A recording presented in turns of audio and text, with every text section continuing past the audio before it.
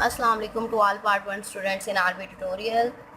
बेटा I hope आप सब लोग खैर आफियत से होंगे। हम जो स्टडी कर रहे हैं this one is the chapter number 3 gases of part one. हमारा आज का जो टॉपिक है ये एक इम्पॉर्टेंट शॉर्ट क्वेश्चन भी है और इसको क्लियर करने में अक्सर स्टूडेंट कंफ्यूज रहते हैं। That is a physical significance of a and b. A and b क्या है? ये हमारे पास वॉन डेर वाल कांस्टेंट है। लास्ट लेक्चर में जो हमने van der Waals equation derive की है फॉर रियल गैसेस, उसमें हमने दो कांस्टेंट यूज़ किए थे a and b. The a and b is called as the van der Waals constant. तो आज के लेक्चर में हम ये देखेंगे कि फिजिकल सिग्निफिकेंस, क्योंकि ये बहुत इंपॉर्टेंट क्वेश्चन है according to both point of view as a short question, कि ये बार बार पूछा जाता है। बहुत दफ़ा ये क्वेश्चन आया कि what is mean by the physical significance of a and b, और साथ में हम इसके यूनिट ड्राइव करेंगे ए और बी, दैट इज़ जो कि हमारे पास क्या है, वॉन डेर वाल कांस्टेंट्स। तो फिजिकल सिग्निफिकेंस क्या होती है ए की? अगर मैं यहाँ पे मेंशन करूँ physical significance of A, actual में आपने फिजिकल सिग्निफिकेंस में क्या राइट करना होता है, आपने ए और बी, मतलब ये जो हमारे पास दोनों वॉन डेर वाल कांस्टेंट है, इन दोनों को डिफाइन करना होता है। और सेकंड वन, आपने इनके यूनिट्स राइट करने होते हैं। और यूनिट कौन से राइट करने होते हैं? आपने स्टैंडर्ड यूनिट भी लिखने होते हैं और एसआई यूनिट भी लिखने होते हैं। तो आज इसका एक प्रॉपर आंसर मैं आपको यहाँ पे राइट कर दूँगी, आप इसको नोट डाउन कर लेंगे और जब भी ये क्वेश्चन आएगा आपने इसी वे में इसको राइट करना है। ठीक है जी। अब फिजिकल सिग्निफिकेंस ऑफ ए क्या है? हमारे पास a it is a van der Waals constant. अगर मैं इसको राइट करती हूँ कि ए हमारे पास क्या है, A is the attraction per unit volume. A is called as a attraction per unit volume and is called, ये मैंने आपको लेक्चर में भी बताया था, लास्ट लेक्चर में जब हम van der Waals equation derive कर रहे थे, कि इसको हम क्या नाम देते हैं, it is called as a coefficient of attraction. ये अट्रैक्शन का कोएफिशिएंट होता है, मीन्स ये किसको मेंशन करता है, अट्रैक्टिव फोर्सेस को मेंशन करता है फॉर 1 मोल ऑफ गैस, कि 1 मोल गैस मॉलिक्यूल्स में कितनी अट्रैक्शन है। ये किससे हमें पता चलता है? ये हमें ए, मतलब जो कोएफिशिएंट ऑफ अट्रैक्शन है, इसकी वैल्यू से पता चलता है। और इसके अलावा हम क्या मेंशन करते हैं, इसके अलावा हम ये भी बताते हैं कि ए हमारे पास किससे डायरेक्टली रिलेट करता है। ए जो होता है ये डायरेक्टली रिलेट करता है to strength of intermolecular forces. IMF लिख देती हूँ। आईएमएफ मीन शॉर्टली मैंने मेंशन किया इंटरमॉलिक्यूलर फोर्सेस, ये सिर्फ शॉर्ट करने के लिए मेंशन किया, आपने इसको कंप्लीट ही लिखना है। इंटरमॉलिक्यूलर फोर्सेस के मॉलिक्यूल्स के दरमियान कितनी फोर्सेस हैं, ये डायरेक्टली किससे रिलेट करता है, ए से रिलेट करता है। और ए हमारे पास क्या है, a is called as a coefficient of attraction. It's mean अगर ए की वैल्यू ग्रेटर है तो इंटरमॉलिक्यूलर फोर्सेस, या जिसको हम कह सकते हैं कि मॉलिक्यूल्स के दरमियान जो अट्रैक्शन की वैल्यूज़ है वो भी स्ट्रॉन्ग है। अगर ए की वैल्यू लो है तो मीन अट्रैक्शन भी क्या है, कम है। अब अगर हम इसके यूनिट्स की बात करते हैं तो हमारे पास कौन सा यूनिट है? हमारे पास दो तरह के यूनिट होते हैं। एक हमारे पास स्टैंडर्ड यूनिट है जिन्हें हम जनरल यूनिट्स भी कहते हैं। तो हम वैल्यू फाइंड आउट करते हैं, हम यूनिट फाइंड आउट करते हैं, यूनिट ऑफ ए का हमने पहले यूनिट किस में देखना है, ए की वैल्यू हम देखेंगे स्टैंडर्ड यूनिट में, एंड सेकेंड वन हम किस में देखेंगे, एसआई यूनिट में। ठीक है जी। हम दोनों वैल्यू मेंशन कर लेते हैं, स्टैंडर्ड यूनिट की भी और एसआई यूनिट की भी। अब स्टैंडर्ड यूनिट में हमारे पास किस तरह से आता है, हमारे पास जो फॉर्मूला होता है वो ये है कुछ, जिसमें हम ए राइट करते हैं, P prime is equal to a n square over b square. अब चूँकि हमने ए की वैल्यू फाइंड आउट करनी है तो इसको रीअरेंज करें। जब हम रीअरेंज करेंगे तो जस्ट लाइक हम इसको एन स्केयर और बी स्केयर को उस साइड पे ले जाएंगे। तो जो एन स्केयर वी स्केयर है, मतलब पी प्राइम के साथ वी स्केयर किस में आ जाएगा, मल्टीप्लिकेशन में आ जाएगा, और एन स्केयर किस में आ जाएगा, डिवीजन में। इट इज़ इक्वल टू ए अपनी पोजीशन पे ही रहेगा, एन स्केयर और वी स्केयर दूसरी साइड पे चला गया। ठीक है जी। ये यहाँ पे डिवीजन में इस साइड पे मल्टीप्लिकेशन में आ जाएगा, ये मल्टीप्लिकेशन में इस साइड पे क्या आ जाएगा, डिवीजन में आ जाएगा। अब हम इनके यूनिट्स पुट करते हैं। स्टैंडर्ड यूनिट्स में हमारे पास वॉल्यूम किसके इक्वल होता है, हम स्टैंडर्ड यूनिट की बात करें। प्रेशर जो होता है this one is equal to atmosphere. ठीक है जी। हम यहाँ पे प्रेशर की वैल्यू पुट करते हैं। प्रेशर का यूनिट स्टैंडर्ड यूनिट क्या होता है, एटमॉस्फेयर होता है। वॉल्यूम का स्टैंडर्ड यूनिट कौन सा होता है, डेसीमीटर क्यूब। वॉल्यूम स्केयर है तो डेसीमीटर क्यूब का स्केयर आ जाएगा।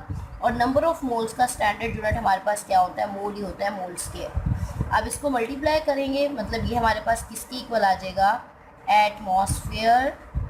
ठीक है जी। 3 को 2 से मल्टीप्लाई किया 6 आ गया। डेसीमीटर क्यूब की जगह अब यहाँ पे क्या आ जाएगा, DM6। और साथ में हमारे पास यहाँ पे क्या राइट करेंगे हम, मोल स्क्वायर है, ये जब ऊपर आ जाएगा तो ये किस में कन्वर्ट हो जाएगा, मोल पर स्क्वायर। ठीक है जी, ये हमारे पास कौन सी वैल्यू आ गई, this one is a standard unit of a, जिसे हम क्या नाम देते हैं, कोएफिशिएंट ऑफ अट्रैक्शन। और अगर हम बात करते हैं एसआई यूनिट की, तो एसआई यूनिट में हम यही डिराइव करते हैं दोबारा से, E is equal P prime V square over n square. SI unit में हमारे पास प्रेशर किसके इक्वल होता है, न्यूटन मीटर स्केयर के इक्वल होता है। मतलब हम यहाँ पे राइट करते हैं प्रेशर किसके इक्वल आ जाएगा, this one is equal to newton per metre square. Volume किसके इक्वल होता है, मीटर क्यूब होता है, और मीटर क्यूब के चूँकि वॉल्यूम का स्केयर है तो मीटर क्यूब का स्केयर आ जाएगा। और नंबर ऑफ मोल्स हमारे पास क्या है, ये इसी तरह एज इट इज आ जाएगा, मोल स्केयर। तो यहाँ पे ज़रा आपने गौर रखना है, यहाँ पे हम क्या राइट करते हैं, a is equal N m minus two. ठीक है जी, मीटर क्यूब को 3 को 2 से मल्टीप्लाई किया तो यहाँ पे क्या आ गया, डॉट m6, और मोल स्केयर है ऊपर आएगा, मतलब ये नीचे +2 में ऊपर आएगा, तो ये किस तरह से हो गया, मोल -2। तो बेटा ज़रा यहाँ पे गौर करें, जैसे कि देखा जाए इन दोनों टर्म में कौन सी चीज़ कॉमन है, m-2 और m+6 कॉमन है। तो अगर -2 + 6 किसके इक्वल आ जाएगा, ये +4 के इक्वल आ जाएगा। तो अगर हम इन दोनों को कॉमन कर लें तो n की जगह पे क्या आ जाएगा, nm+4। मतलब हम m6 और m-2 को कॉमन कर लें तो इन दोनों के जो हमारे पास एक्सपोनेंट्स हैं ये कॉमन होकर -2 + 6 किसके इक्वल आ जाएगा, +4, और यूनिट की हमारे पास क्या वैल्यू आ जाएगी, -2। तो जनरल यूनिट जो है हमारे पास कोएफिशिएंट ऑफ अट्रैक्शन का, ये जो वॉन डेर वाल कांस्टेंट है, हमारे पास स्टैंडर्ड यूनिट में इसकी वैल्यू ये आ जाती है और एसआई यूनिट्स में हमारे पास वैल्यू ये आ जाती है। ये आ गई इसकी फिजिकल सिग्निफिकेंस कंप्लीट ऑफ ए। अब हम बात करते हैं फिजिकल सिग्निफिकेंस ऑफ बी। हमने वॉन डेर वाल कांस्टेंट जब हम वॉल्यूम करेक्शन कर रहे थे, वॉल्यूम करेक्शन का पॉइंट हम रीड आउट कर रहे थे, तो उसमें हमने बी की टर्म पढ़ी थी, b is called as a excluded volume, जिसको हम इफेक्टिव वॉल्यूम भी कहते हैं। तो अगर हम इसको प्रॉपर्ली डिफाइन करते हैं तो इसको हम इस तरह से डिफाइन करेंगे, B is the effective volume, या इसको हम एक्सक्लूडेड वॉल्यूम भी कह सकते हैं। B is the effective volume per mole, कि एक मोल का जो इफेक्टिव वॉल्यूम या एक्सक्लूडेड वॉल्यूम होता है उसको हम क्या नाम देते हैं, this one is called as a B and also called as, यहाँ पे हम मेंशन कर सकते हैं, आल्सो कॉल्ड एज एक्सक्लूडेड और इनकम्प्रेसिबल वॉल्यूम। इनकम्प्रेसिबल वॉल्यूम क्यों कहते हैं, आई होप आपके माइंड में ये फ़ौरन से पॉइंट आ जाएगा अगर आपने लास्ट लेक्चर्स कंप्लीट लिए हैं। इनकम्प्रेसिबल वॉल्यूम इसलिए लेते हैं क्योंकि जो एक्सक्लूडेड वॉल्यूम होता है ये किस स्टेट में होता है, ये किसी भी मॉलिक्यूल का वॉल्यूम होता है इन अ हाईली कंप्रेस्ड स्टेट। ये वो स्टेट होती है जिसके बाद मॉलिक्यूल को मज़ीद कंप्रेस नहीं किया जा सकता है, तो इसलिए हम क्या इसको नाम देते हैं कि ये हमारे पास क्या होता है, इसे एक्सक्लूडेड वॉल्यूम भी कह सकते हैं, इसे इफेक्टिव वॉल्यूम भी कह सकते हैं, और इसे इनकम्प्रेसिबल वॉल्यूम भी कह सकते हैं क्योंकि इसके बाद मज़ीद इसको कंप्रेस नहीं किया जा सकता। ठीक है जी, उसके बाद हम मेंशन करते हैं, जैसे ये तो था जो कोएफिशिएंट ऑफ अट्रैक्शन थे, ये डायरेक्टली किससे रिलेट करिए, strength of the intermolecular forces. और अगर हम बात करते हैं बी की तो ये डायरेक्टली किससे रिलेट करती है, हम यहाँ पे मेंशन कर देते हैं, it is directly relate to the, means इसकी जो वैल्यू होती है, it's value depends on size of gases molecule, कि ये डायरेक्टली रिलेट किससे करती है, साइज ऑफ गैसेस मॉलिक्यूल्स के। मीन्स अगर B की वैल्यू ग्रेटर है तो मीन साइज भी ग्रेटर है, अगर B की वैल्यू लेस है तो मीन साइज भी क्या होगा, लेस होगा। इसके बाद अगर हम इसके यूनिट्स की बात करते हैं तो इसका यूनिट किस तरह से होगा, इसके भी दोनों यूनिट हम लेंगे, या एक हम स्टैंडर्ड यूनिट में बात करेंगे। मतलब हम यहाँ पे पॉइंट दे लेते हैं ताकि आपको क्लियर हो जाए, यूनिट्स ऑफ B। अब जो यूनिट ऑफ बी हमने स्टडी करने हैं वो किस में करने हैं, एक तो हमने इसका ड्राइव करना है स्टैंडर्ड यूनिट, ठीक है जी, और जो दूसरा हमने ड्राइव करना है वो कौन सा ड्राइव करना है, एसआई यूनिट ड्राइव करना है।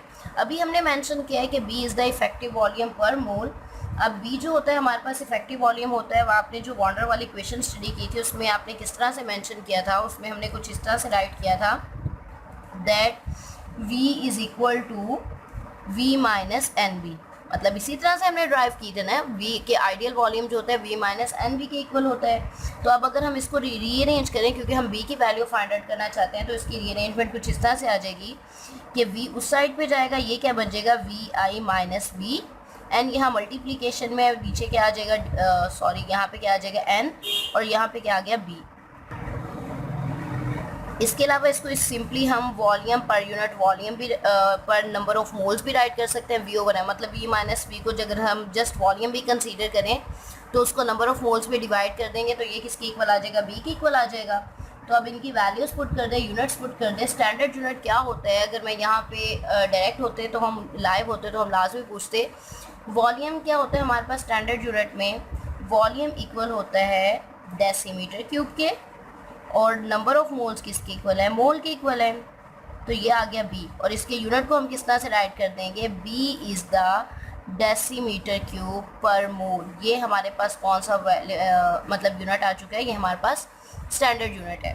अब अगर हम बात करते हैं इसके एसआई यूनिट की, तो एसआई यूनिट में हमारे पास मतलब यही हम राइट करते हैं, ये वाली चीज़, ठीक है जी। B is equal we over N.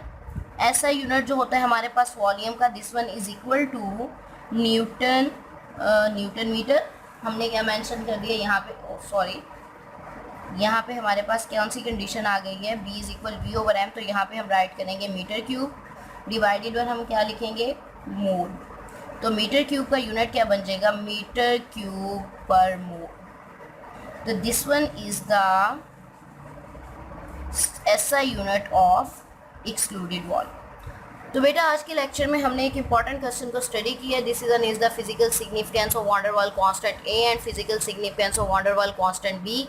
आपने राइट किस तरह से करना है, पहले ए को मेंशन करना है कि ए क्या होता है। A is the coefficient of attraction. ये डायरेक्टली रिलेट किससे करते हैं, इंटरमॉलिक्यूलर फोर्सेस से, मतलब मॉलिक्यूल के दरमियान फोर्सेस ऑफ अट्रैक्शन से।